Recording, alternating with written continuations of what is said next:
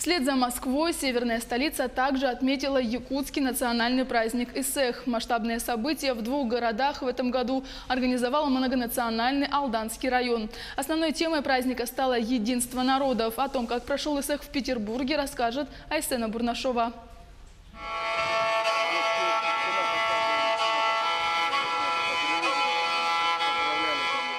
В русле традиций церемония открытия петербургского Исэха началась со священного обряда Алгыс. Чтобы получить благословление высших божеств, жители культурной столицы собрались в местности Ольгина уже в 14-й раз.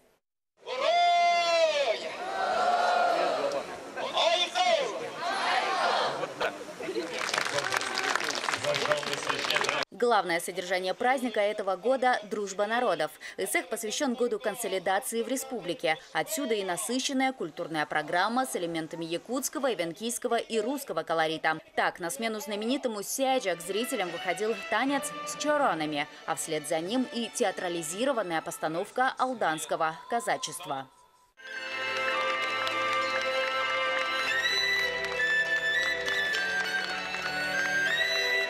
Казаки в Якутию пришли еще, грубо говоря, 400 лет тому назад. Наш Алданский район, он это многонациональный район.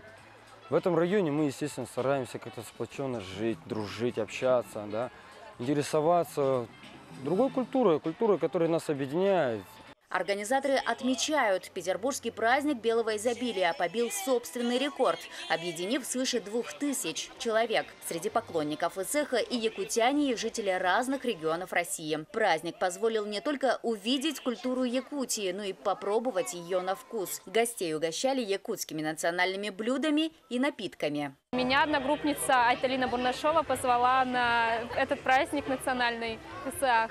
Кумыс я еще не попробовала, к нам подошли с чашечками, но мы не успели урвать свою дозу. Своеобразная музыка Якутии.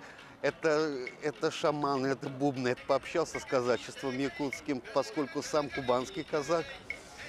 Вот, сейчас вот дальше будем смотреть. А посмотреть было на что. Например, на площадку «Город мастеров». Якутские рукодельницы представили свои изделия из меха, кожи и бисера. Особое место на выставке заняли эвенкийские шедевры. Ну и, пожалуй, ключевым событием петербургского Исэха стал Асохай. Национальный танец собрал гостей праздника в единый хоровод.